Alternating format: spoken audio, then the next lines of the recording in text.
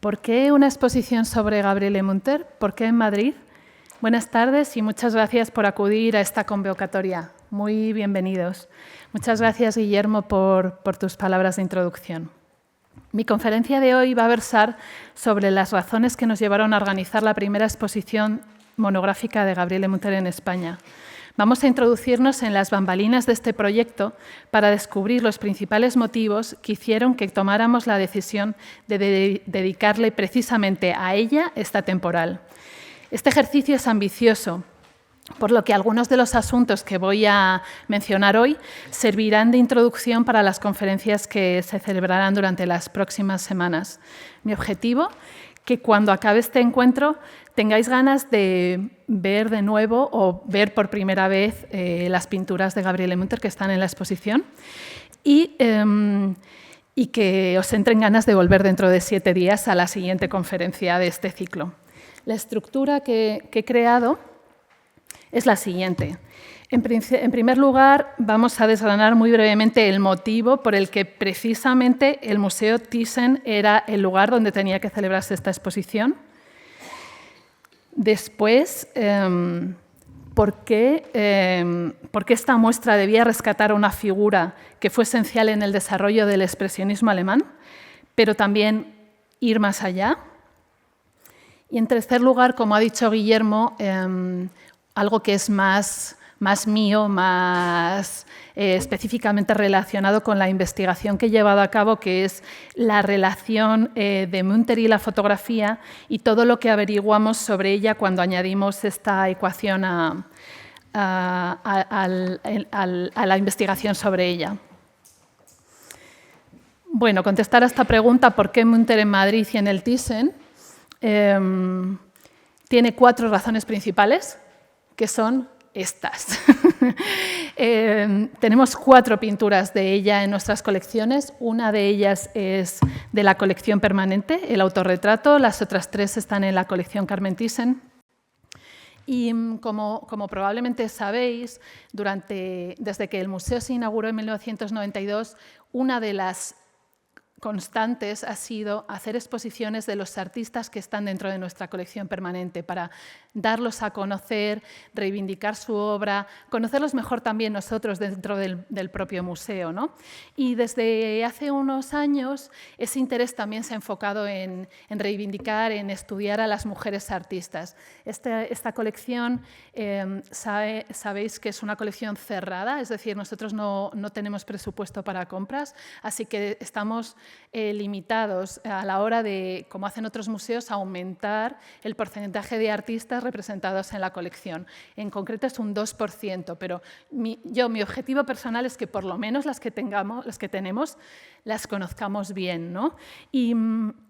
Y dado que el expresionismo alemán es un capítulo central de nuestra colección y Gabriele Munter es la única artista mujer dentro del expresionismo alemán representada en nuestras colecciones, desde luego teníamos, como ha dicho Guillermo, una asignatura pendiente. Y lo primero que voy a hacer es explicar por qué el expresionismo es tan importante para nuestra colección. Aquí tenemos a Hans-Heinrich Thyssen-Bornemisza, que comenzó su actividad, fue el fundador del museo y comenzó su actividad coleccionista cuando murió su padre, Heinrich Thyssen, que es una parte de nuestra colección viene del legado que dejó Heinrich Thyssen a su hijo. Lo que pasa es que Heinrich Thyssen era un coleccionista que decía que el arte se había acabado en el siglo XVIII. Y que para él no tenía valor lo que había ocurrido después. Y Hans Heinrich, él en un principio era bastante joven cuando murió su padre, lo que hizo fue intentar reagrupar las obras de su padre que se habían repartido entre los herederos y poco a poco ir comprando cosas que estaban relacionadas con lo que su padre había coleccionado. Sin embargo, algo cambió aquí, en mayo de 1961, cuando acompañado de su mujer por aquel entonces, Fiona Campbell, fue al Stuttgarter Kunstkabinett y se enamoró de una acuarela de Nolde, que es esta que tienen aquí. Esta acuarela no es de la colección permanente, pero está en préstamo, la pueden ver en las salas. Le hizo pujar y llegar a pagar muchísimo más dinero del que estaba en el precio de salida por esta acuarela de Nolde y digamos que desató su pasión por el arte primero expresionista y luego, muy poco después, empezó a comprar obras de muchísimos artistas del siglo XX, vamos, todas las que tenemos en la colección. Empezó a comprar Pollock, a la vez que Rauschenberg, a la vez que muchos artistas expresionistas, otros artistas expresionistas, y también es peculiar en él que nunca dejó de comprar arte antiguo, ¿no? Parece como que los coleccionistas tenían que definirse o tienen que definirse y decir qué época de la historia les gusta, les apetece. Él tenía como esa visión amplia y coleccionaba básicamente pintura, también otras artes decorativas y escultura, pero pintura tanto pues desde el siglo XIII hasta el XX, lo que tenemos en la colección. De manera que el siglo XX, el corazón del siglo XX es el expresionismo alemán. Y además, cuando él compra esta primera obra que entra en la colección Thyssen, en 1970, es un momento muy temprano para comprar Gabriele Munter. El año de adquisición lo tienen siempre en el número de inventario de nuestras obras. Aparece 1970 y el número que tenía dentro de las compras que había hecho ese año el varón. Si se fijan en las cartelas del museo, todas llevan ese número de inventario. Y como digo, 1970 es un año en el que todavía la obra de Munter se está recuperando. Tenemos que pensar que con el ascenso al poder de Hitler y la Segunda Guerra Mundial, todos los artistas expresionistas habían caído en el olvido. Entonces, él comienza a coleccionar expresionismo en un momento en el que se está empezando a recuperar la memoria de todos esos artistas en la Alemania del momento. Y, en concreto, la figura de Munter no era muy conocida. Y, además, empieza a comprar obras, una obra que tampoco es muy particular, muy representativa de lo que era más conocido en ese momento de Munter. Compra una obra de 1924. Las obras del periodo expresionista de Munter van de 1908 a 1914 y son las que más valor tienen en el mercado. Él se sale de ese paraguas y se va a comprar una obra de los años 20, lo cual también es bastante pionero.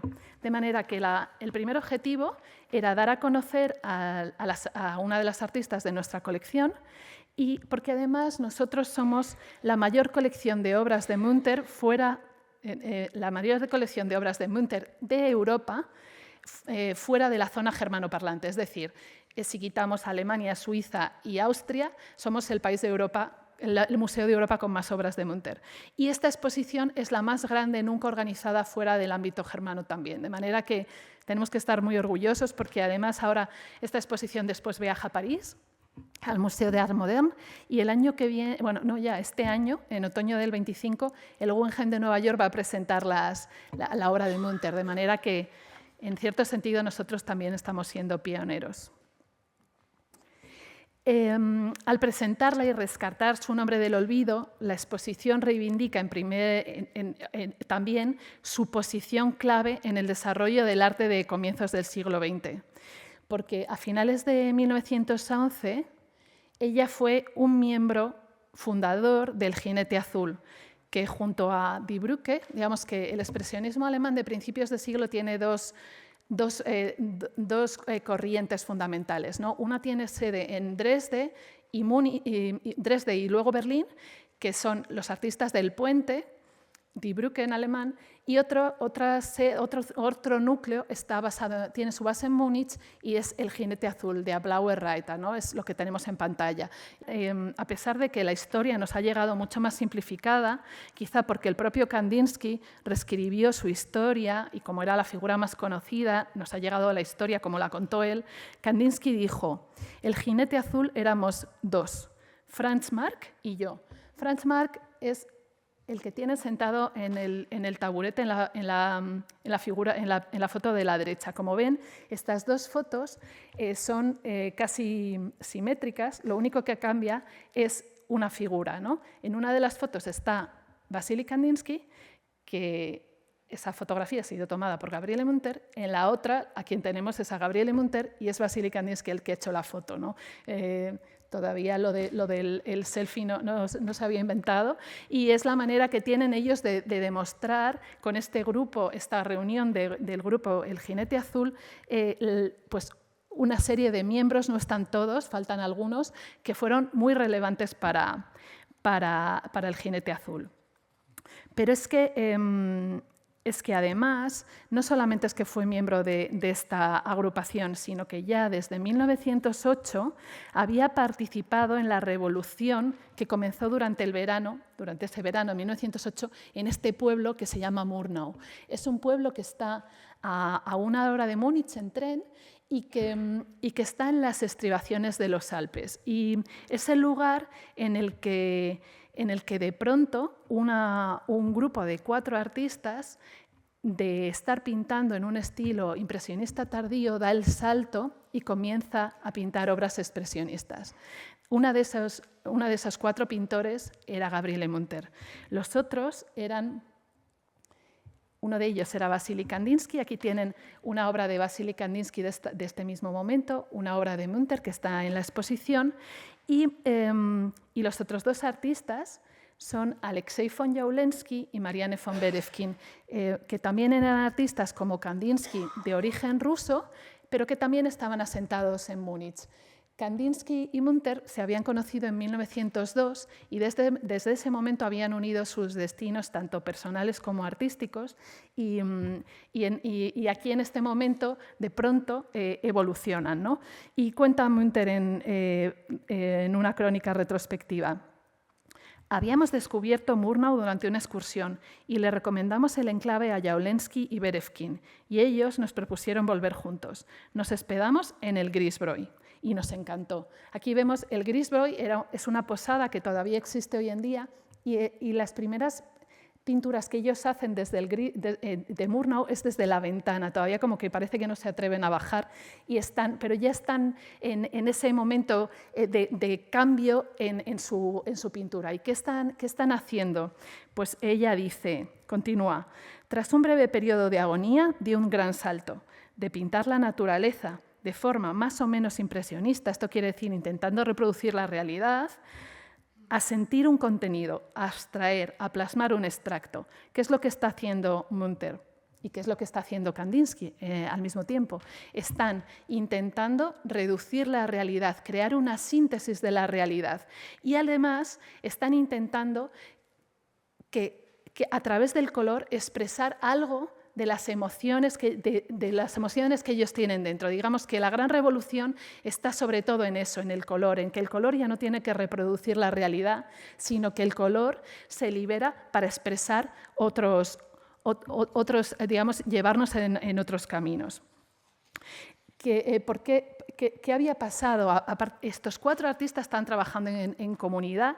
Los 4 habían estado en París y en Francia y conocían la obra, por ejemplo, de Paul Gauguin, habían visto la obra de Matisse, entonces sabían lo que estaba pasando en Francia. Y además aquí descubren el arte popular bávaro. Y el arte popular va a tener también mucha influencia con su simplicidad en esta evolución hacia una síntesis que ellos están buscando. Cuando vuelven en 1908 de este pueblo a Múnich, porque ellos vivían en Múnich, de pronto se dan cuenta que... bueno, aquí tenemos a Munter pintando a sus amigos, ¿no? Pintando al grupo artístico con el que trabajaba. Y a la izquierda tenemos a Berezkin y a Jawlensky, y a la derecha este cuadro maravilloso que tenemos en la exposición, donde vemos representado a Kandinsky en una barca. La persona que está a su derecha, con el sombrero rosa, es Berezkin. El niño es Andreas Jawlensky, que era el hijo de Alexei Jawlensky, y la que está de espaldas es la propia Munter, ¿no? Que tiene, vamos a ver después, tiene esa manera muy particular de autorretratarse en ocasiones de forma velada, que es una cosa que a mí me ha tenido muy fascinada y me sigue fascinando esa manera de autorretratarse. Pero lo que vemos es ese cambio de estilo, ¿no? De pronto la pincelada impresionista, pequeñita y pastosa, ha desaparecido y hay grandes campos de color, el color se ha liberado y las formas se han reducido a su esencia. Es algo algo que va a perdurar en su estilo durante toda su vida. Pues como digo, ellos pasan temporadas en Murnau, a partir de ese momento van a hacerlo regularmente, los veranos los van a pasar en Murnau y los inviernos en Múnich. Y en Múnich van a intentar exponer. ¿Pero qué va a pasar en Múnich? Que no hay ningún grupo digamos, lo suficientemente avanzado, ninguna galería que pueda exponer a gente que está haciendo cosas tan revolucionarias. Se dice que en estas exposiciones la gente que iba a visitarlas escupía las obras del rechazo que les producía. O sea, tenemos que pensar que estaban siendo muy, muy rompedores.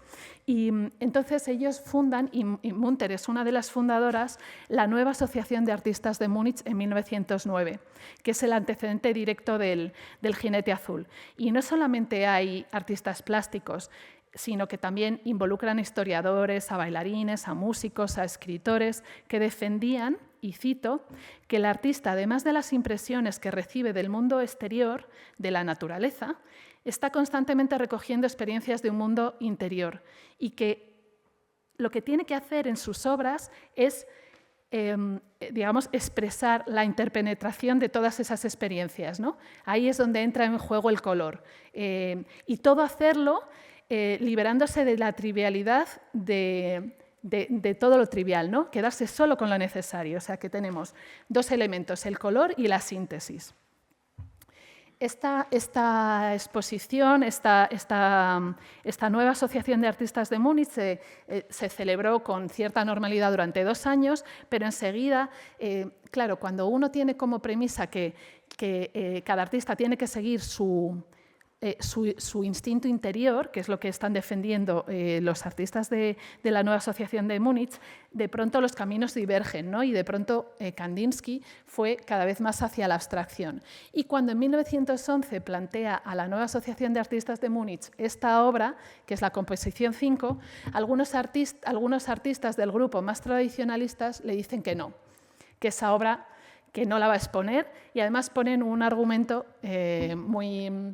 muy particular, que seguramente que se usa mucho también actualmente, que es una cuestión de forma. Es demasiado grande. No le dicen es una obra no figurativa, sino es demasiado grande, no cabe en esta exposición. Entonces, Munter de nuevo, junto a Kandinsky y a Franz Marc y Kubin, se salen de la nueva Asociación de Múnich y organizan un contraevento, que es la exposición del Jinete Azul, que se celebra a finales de 1911, a la vez que la exposición de la nueva Asociación de Artistas de Múnich. Y es curioso, y quiero llamar la atención, que estas fotografías las hace Munter. Munter tiene una visión de que lo que no se fotografía no permanece. Entonces, muchas de las cosas que recordamos del Jinete Azul son gracias a que Munter tomó fotografías. Pero sin duda lo más importante es este almanaque. Lo llamamos almanaque, pero es una publicación periódica. Se hace con la idea de que sea un número al que sucedan otros, aunque finalmente solo se publicó uno. Y es lo que más resonancia internacional tuvo. Se publicó en muchísimos idiomas muy rápido y hizo que las ideas del Jinete Azul se expandieran por toda la sociedad, por toda la vanguardia artística occidental. Y ahí, ¿qué había? Había una serie de contribuciones donde lo que se abogaba era por la síntesis de todas las artes. Abarcaba literatura, teatro, música y, por supuesto, las artes visuales. Además, y aquí es donde influye Gabriele Munter, tiene mucha importancia la selección de las imágenes, porque vemos que de pronto no solamente hay artistas de vanguardia, sino que tenemos al Greco dialogando con Robert Delaunay, o una pintura sobre vidrio con una obra de Picasso, o un Kirchner, un pintor del Puente, junto a una escultura de una civilización no europea, de Borneo en concreto. Para los artistas del Jinete Azul, como ya había pasado con la nueva Asociación de Artistas de Múnich, lo que prima es la necesidad interior del artista. Es decir, cualquier forma de arte surgida del interior es legítima. Y por eso no hay fronteras geográficas, no hay fronteras temporales. Nos vale tanto un Greco como una obra actual.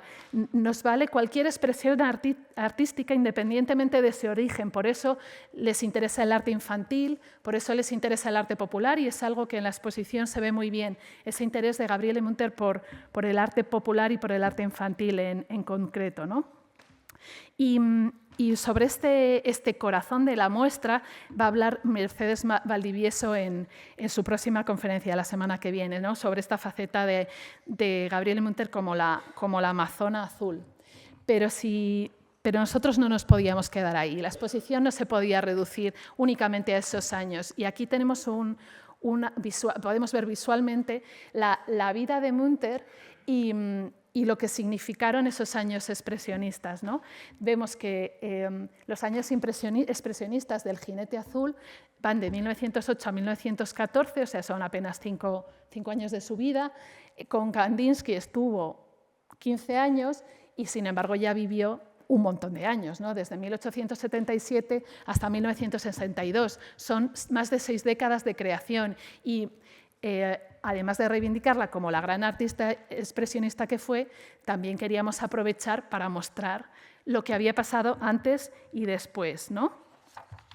Vamos a ver brevemente cómo está estructurada la exposición, puesto que era la primera exposición retrospectiva de Gabriele Munter en España, puesto que es la primera, teníamos que presentar un poquito todo lo que hay en la exposición, todo lo que supone la carrera de Munter, para que las personas que vengan a la exposición se vayan con una idea formada lo más completa posible de cómo fue su creación, ¿no? Y la primera sala es una introducción donde ella se presenta ante nosotros, se presenta con sus autorretratos, claro. Esta sala se llama Reflejos y sombras. La segunda sala está dedicada a los primeros viajes y entonces aquí de pronto descubrimos que antes de ser artista, antes de considerarse a sí misma artista, hace un viaje muy particular a Estados Unidos, que va a ser definitorio y del que después vamos a hablar, y en el que todavía ella no es pintora, pero hace fotos. Luego, cuando ya conoce a Kandinsky, ya a principios del siglo XX, entre 1902 y 1908, viaja por Europa y el norte de África por numerosos lugares, realizando ya pinturas, muchas pinturas pequeñitas en estilo postimpresionista. Es el primer estilo con el que ella trabaja. Y vemos el formato tan pequeño es porque ellos Kandinsky y ella eran casi nómadas, trabajaban, iban a los lugares donde querían pintar en bicicleta y después tenían que llevarse todo eso, digamos que forma parte de un estilo de vida muy sencillo que ellos querían tener, el formato muy pequeño de los apuntes que hacen del natural. Esta obra de abajo es de su estancia en Túnez.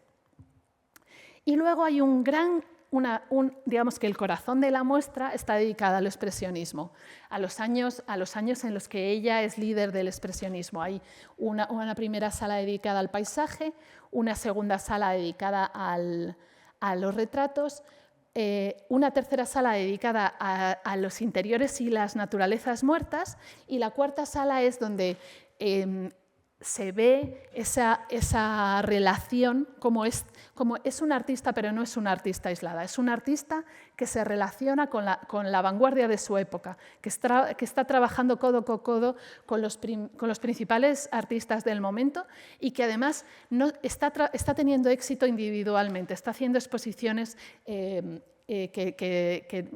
éxito a nivel individual. Por ejemplo, ella expone en 1913 en la galería de Herbert Walden en Berlín, en la galería de Sturm.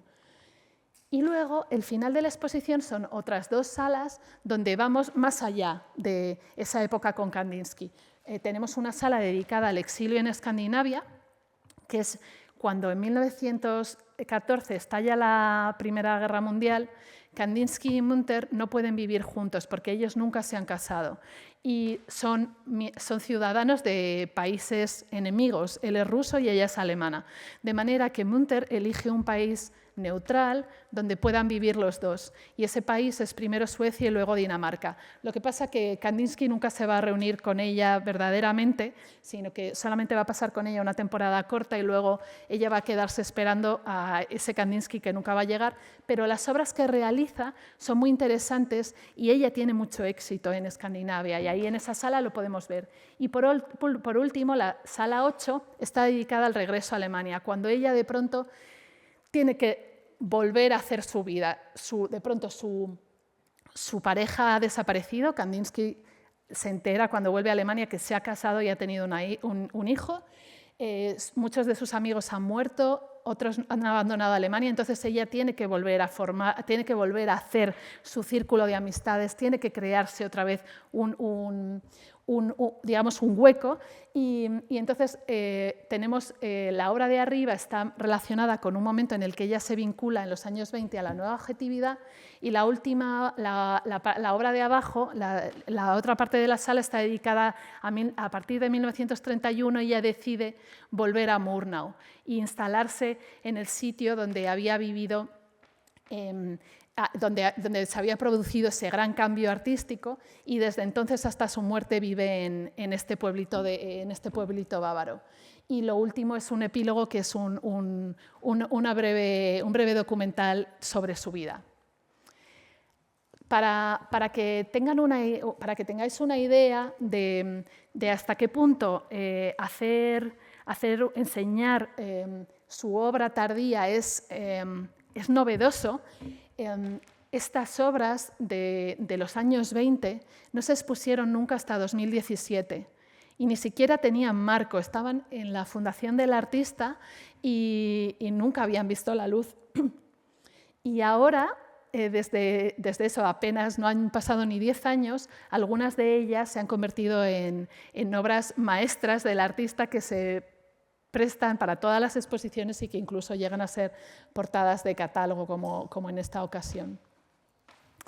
Y pasamos al tercer capítulo, que es el dedicado a la fotografía, porque, como ha dicho Guillermo, toda exposición tiene que tener una investigación detrás, ¿no? No se trata solamente de exponer, de coger unas cuantas obras y exponerlas aquí, sino que debe aportar algo a la historiografía del artista, debe contar algo nuevo, ¿no? Y siempre también, esto es una cosa interesante que nos han dicho también nuestros colegas alemanes, y es el hecho de que se esté empezando a estudiar desde fuera de Alemania la obra de Munter aporta valor, porque verlo desde fuera se ve siempre de otra manera, ¿no? Y como he dicho, a mí la fotografía, cuando empecé a investigar al artista en 1921, las fotografías me interesaron muchísimo y decidí que quería enfocar en ese aspecto la investigación.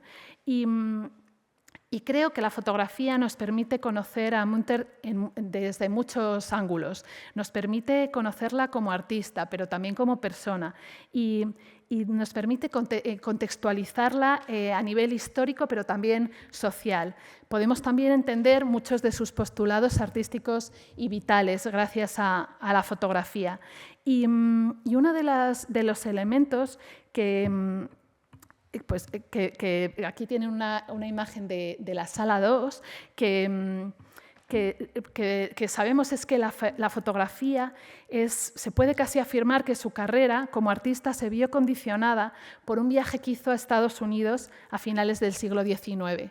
O sea, digamos que, ya lo he mencionado antes, entre 1898 y 1900 hace un viaje cuando todavía ni siquiera se considera a sí mismo un artista, que no tiene fines artísticos, sino que es un encuentro con sus raíces. Y es que la historia de Gabriele Munter no comienza el día que ella nace, comienza 20 años antes. Comienza el día que sus padres se conocen en un pueblo llamado Savannah, en el estado de Tennessee. Sus padres, que aquí los tenemos ya bastante mayorcitos, junto a sus 4 hijos, Gabriele Munter es la pequeña, que está en el centro entre ellos dos, se habían conocido en Estados Unidos. La madre había emigrado cuando era una niña con su familia y el padre cuando era muy joven por motivos políticos, y se habían casado en 1857 en Estados Unidos.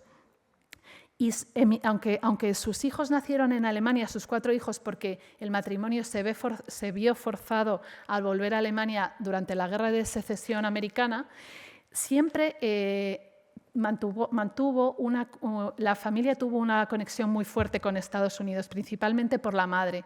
Al parecer, la madre nunca se adaptó a la vida germana y ni siquiera llegó a hablar bien el alemán, como que se había ido tan pequeña que lo había olvidado.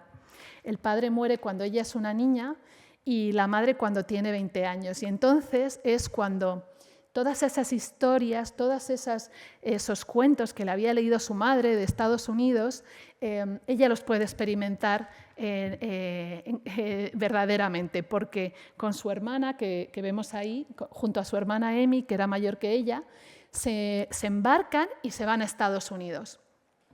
Y aquí tienen el viaje que hacen las dos chicas solas durante 2 años, ¿vale? Estos viajes que antes se podían hacer y que ahora no nos los podemos ni imaginar, ¿no? Y es un viaje a la búsqueda de sus tías y de los descendientes de sus tías.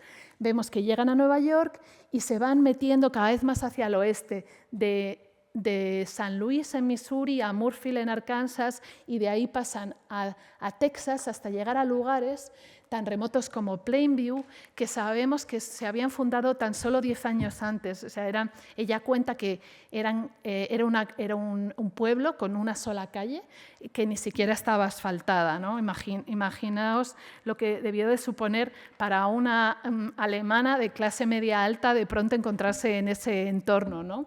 A nivel vital, a nivel personal. Y ella desde pequeña había tenido una habilidad grande para el dibujo y durante las primeras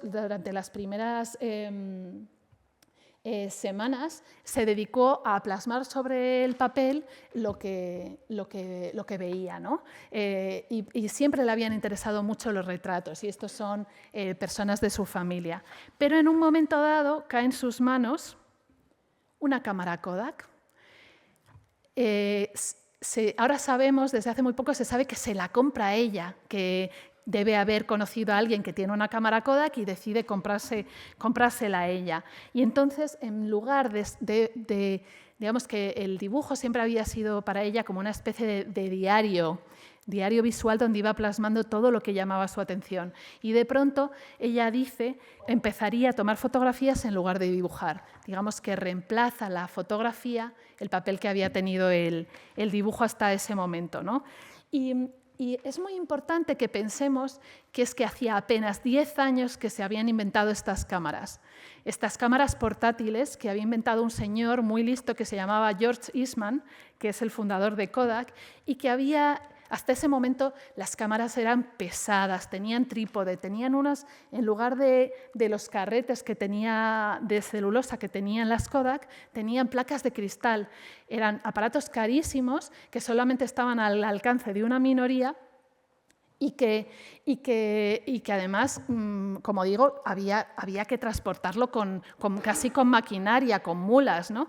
Y sin embargo, ahora de pronto aparece este señor y dice, mira, estas son las primeras cámaras portátiles, y además el eslogan es: tú aprieta el botón que nosotros nos encargamos de todo el resto, ¿no? Entonces, lo único que tenía que hacer eran máquinas muy rudimentarias que se colocaban a la altura del pecho, se hacía una foto y luego la cámara entera se mandaba a revelar y te la devolvían con un carrete, ¿no?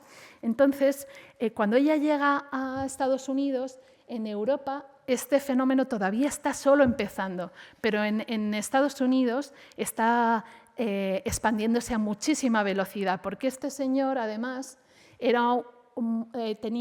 tiene una manera de publicitar, de hacer campañas publicitarias muy, muy moderna, que hace, y además hace como campañas, consigue abaratarlo mucho para que la clase media tenga acceso, ¿no?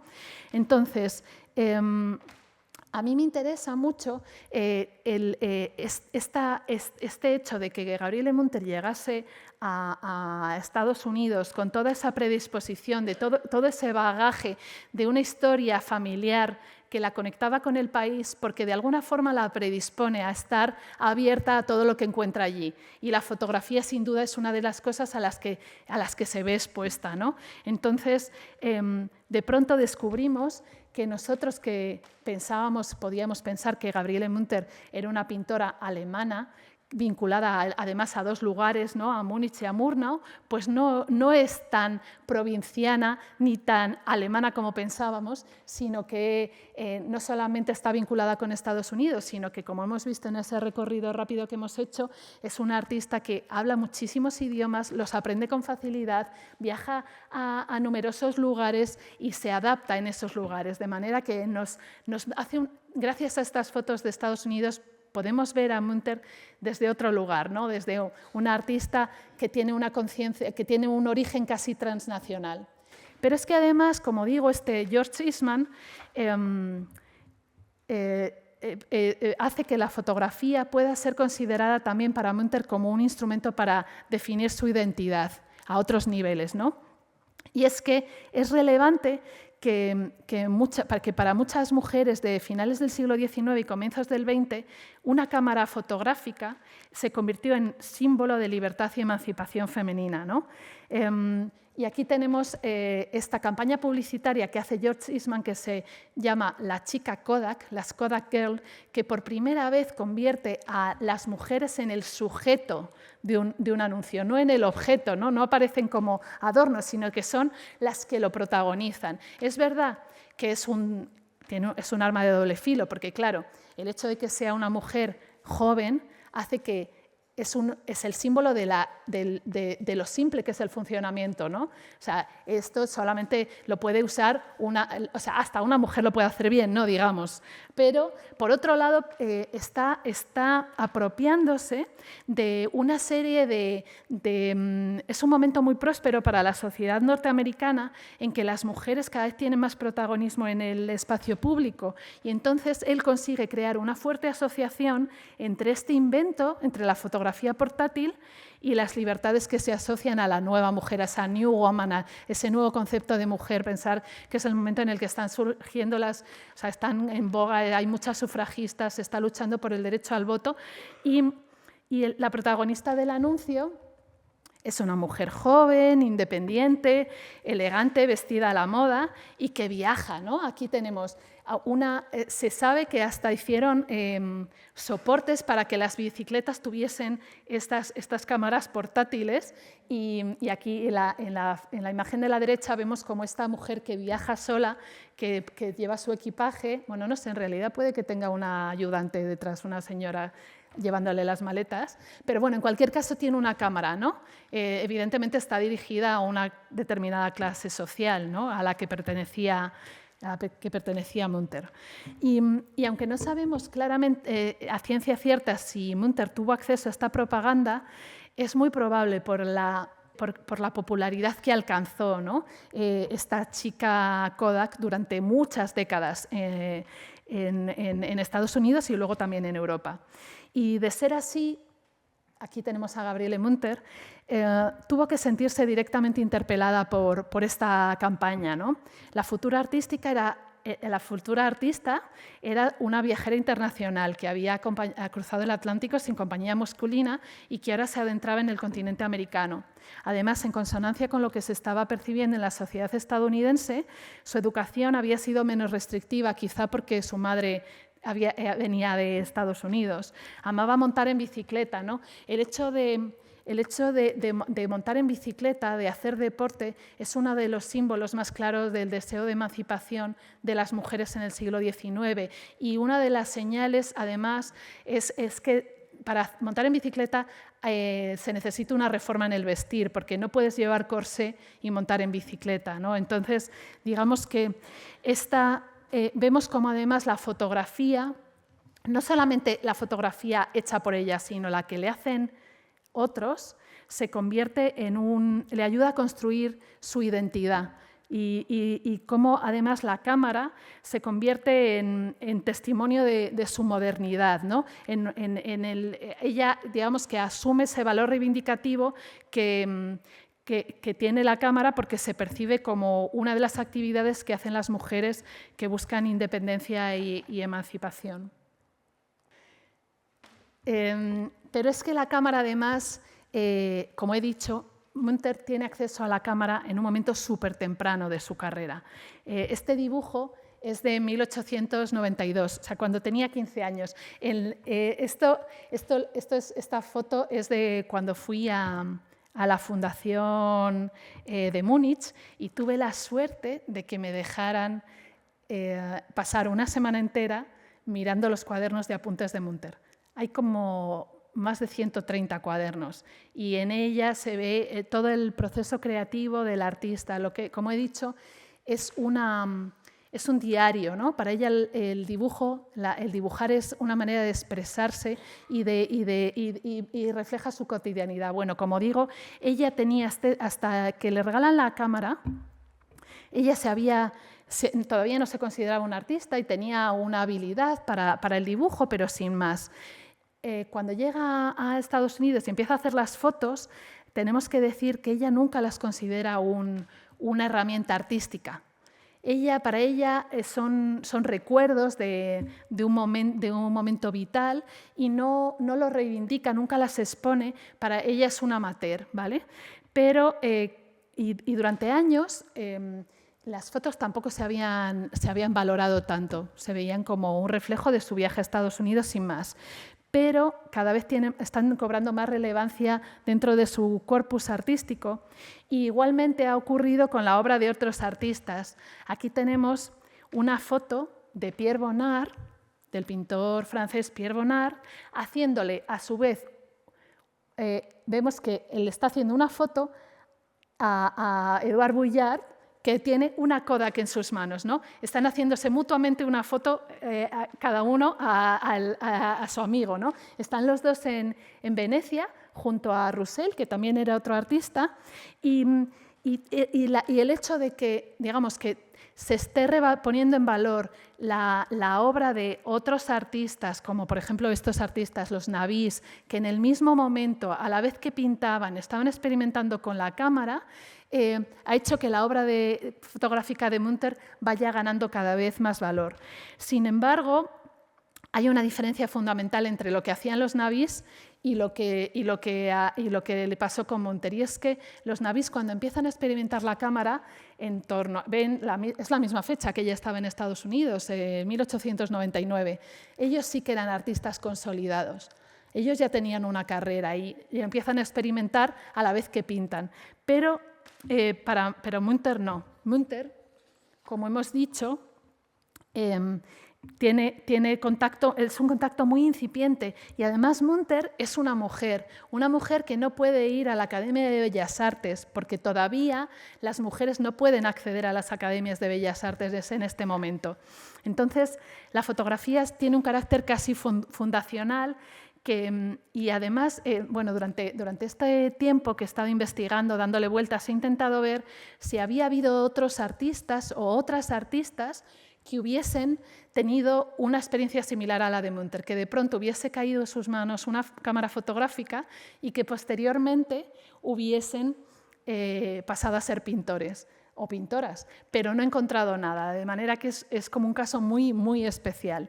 Y me hace hacerme preguntas sin respuesta, creo que nunca van a tener respuesta, que es hasta qué punto este periodo estadounidense se convirtió en un laboratorio durante el que pudo llegar a soluciones personales sin estar condicionada por maestros o compañeros de aventuras. Ella no tenía nadie alrededor que le dijese esto sí, esto no. Además, como no lo consideraba un medio artístico, podía hacer fotos con toda la libertad que quisiera, no había ningún tipo de cortapisa. Y entonces digo, se ve una mirada muy moderna en sus fotos, pero esa mirada es por la fotografía, digamos, esa mirada que vemos en estas fotos es porque ella tenía una manera moderna de pintar y que luego se traslada a la pintura, o las pinturas que hace después son herencia de esta manera que ella ha aprendido a mirar gracias a la fotografía. O sea, que si es su ojo ya el que se refleja en las fotos o es la máquina, la cámara fotográfica la que se convierte en su maestra. Lo que sí sabemos es que, por ejemplo, a través de la cámara aparecen nuevos temas. Ella siempre había dicho que, siempre dibujé caras, otros niños pintaban historias, ¿no?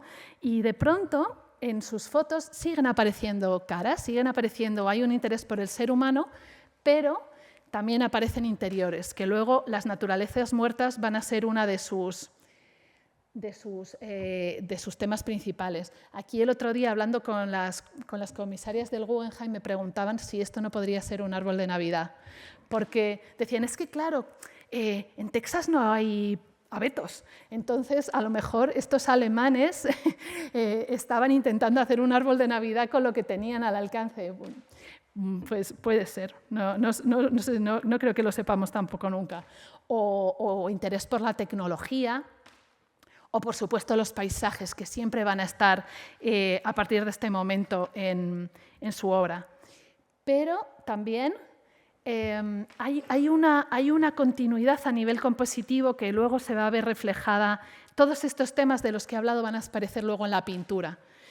Pero también hay una continuidad a nivel compositivo. Ella dijo de su pintura, extraigo los aspectos más expresivos de la realidad y los represento con sencillez, voy al grano, sin florituras. Y esto que vemos de nuevo, como habíamos visto en las obras que hemos visto antes de Murnau, ¿no? Esta manera sintética de reducir al máximo lo que veo para trasladarlo a la pintura que vemos en la obra de la derecha, está ya en las fotografías, en la elección del tema, ¿no? Cómo hay una mirada clara y analítica que estructura el espacio y que se ve prefigurada en sus fotos americanas. Esto os tengo que decir que es la primera vez que se hace. El hecho de contraponer fotografía y pintura, ponerlas al mismo nivel para que puedan dialogar. Y además nuestra exposición lo que pretende es decir, bueno, vale, cuando vuelve a Alemania y se convierte en pintora, la fotografía va a seguir ocupando un papel. Entonces vamos a seguir viendo cómo en la sala 2, durante estos primeros, esta es la época en la que ella vuelve a Alemania y conoce a Kandinsky y, como he dicho, viajan por Europa y por el norte de África. Pintan estas obras pequeñitas en estilo postimpresionista, pero al mismo tiempo ella está haciendo fotos. Y están haciendo fotos de lo mismo que está fotografiando, lo está plasmando en fotografía. Entonces, a mí me interesa mucho ese diálogo que se establece entre fotografía y pintura aún más allá de Estados Unidos. O luego, cuando llega Murnau, aquí tenemos cómo de nuevo la fotografía y la pintura comparten tema, ¿no? Parece como que sigue existiendo esa necesidad de plasmar en fotografía lo que está plasmando en la pintura. Y este paisaje con iglesia está tomado desde la casa que ella se compra en 1909 en Murnau para poder volver todos los años y en la que va a vivir al final de su vida. Es la vista que ella tiene desde su salón a la colina de Murnau con la iglesia y el castillo. Sigue estando igual. La casa de Murnau es un museo que se puede visitar y que sigue con sus muebles, con toda la decoración que hicieron Kandinsky y Munter antes de la Primera Guerra Mundial. Y esto es lo que aquí tiene la casa, que también la fotografía y las otras fotos, que aquí no se ven muy bien, no tiene mucha definición, nos muestran cómo estaba decorada esa casa. Esos interiores que ella representa también, que van a ver en la exposición o que han visto en la exposición, esos interiores que ella representa con pintura, también los plasma con fotografía. Y de alguna forma lo que está haciendo es enseñarnos cómo estaban viviendo. Ellos, cuando deciden vivir en Murnau, deciden llevar una vida ligada a la tierra, ligada a lo natural, como una manera de aproximarse a lo auténtico. Ese deseo de quitarse todo lo anecdótico también es un deseo de vivir más pegado a la tierra. Y aquí es muy gracioso cómo utilizan la fotografía para demostrar su identidad artística, ¿no? Y lo que están haciendo es demostrarnos que trabajan el campo, ¿no? Que están trabajando el huertito que tienen delante de su casa y además vestidos con el traje tradicional bávaro, ¿no? Se han puesto el los pantalones de cuero y ella el dir del típico de las mujeres bávaras. Entonces, de nuevo, vemos cómo la fotografía le ayuda a registrar su proyecto artístico en las exposiciones que hemos visto antes, en las fotos del grupo, ¿no?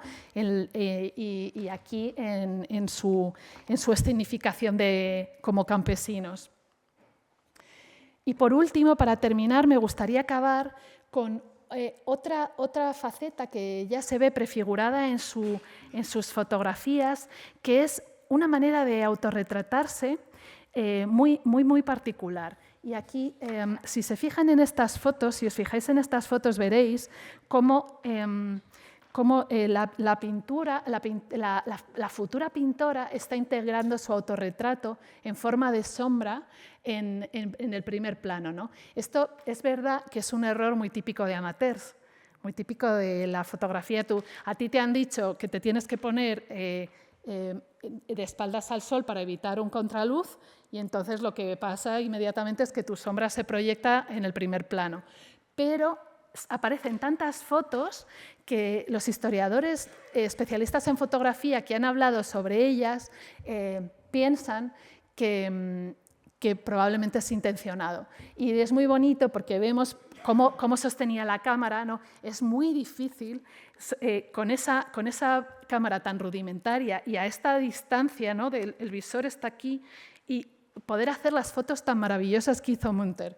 Y que probablemente, vemos entonces también que probablemente no tenía trípode, y a mí me gusta porque prefiguran de alguna manera estos autorretratos de espaldas que hemos visto, de los que ya hemos visto uno. Aquí vemos que de nuevo vuelve a hacer lo mismo. Está haciéndole una fotografía a Kandinsky y ella se refleja en un primer plano. Pero por supuesto la gran obra donde ella se incluye de manera velada es esta, ¿no? Esta obra donde está representando a todo el grupo artístico con el que ella estaba trabajando. Bueno, Alexei Yablonsky está reemplazado por su hijo, pero es una foto del grupo, una imagen del grupo que además ella la expuso en una de las exposiciones del grupo. Es curioso porque sabemos que todos estos autorretratos que están en la primera sala, ella nunca los expuso, aunque en ocasiones, como en el que tenemos en el centro, se representa vestida a la moda, con el pincel, con la paleta, con el lienzo. O sea, se representa como una artista con derecho a ser tratada como artista y además perteneciente siendo una mujer respetable. Esas obras no las enseña, sin embargo, enseña esta en la exposición, en una exposición a la que irían muchos amigos que reconocerían a Kandinsky e inmediatamente acabarían atando cabos. Se sabe, Marianne von Berefkin era muy conocida por sus grandes sombreros, donde dicen que cabía todo tipo de cosas, de manera que irían atando cabos y acabarían adivinando que la que va de espaldas y la única que trabaja es Gabriele Munter. Y por último, para acabar, aquí tienen una vista de la primera sala donde conectamos esas obras tempranas de la sombra proyectada en Munter con un retrato que ella se hizo de sí misma en los años 30, en el año 34, que se titula El desayuno de los pájaros, donde de nuevo vuelve a presentarse de espaldas, ¿no? Y vemos cómo a través del cristal se ven unos árboles nevados, poblados por pájaros de colores, y las joviales aves del exterior contrastan con el solitario desayuno de la pintora, que quizá estuviese aludiendo en este cuadro, está pintado en el año 34, quizá esté aludiendo a la situación política alemana ante la subida del Partido Nacional Socialista al poder, ¿no? Esa soledad, esa claustrofobia que tiene el personaje solitario de Munter frente a lo que está pasando al exterior. Y de nuevo su figura se convierte en un juego de desdoblamientos que nos muestra la complejidad que esconden sus obras. A pesar de la rapidez de la factura y la aparente sencillez compositiva, sabemos que pintaba muy rápido y que era muy ágil. Aun reteniendo la esencia de su gusto por captar instantes de su entorno inmediato y cotidiano, esta obra permite vislumbrar por qué Munter finalmente apostó por la pintura y abandonó definitivamente la cámara. Y es que, aunque su relación con la fotografía le había aportado, aún sin saberlo, probablemente, habilidades para desarrollar su arte a muchos niveles, esta herramienta expresiva no poseía la capacidad de resumir ese carácter que ella ansiaba trasladar a sus obras.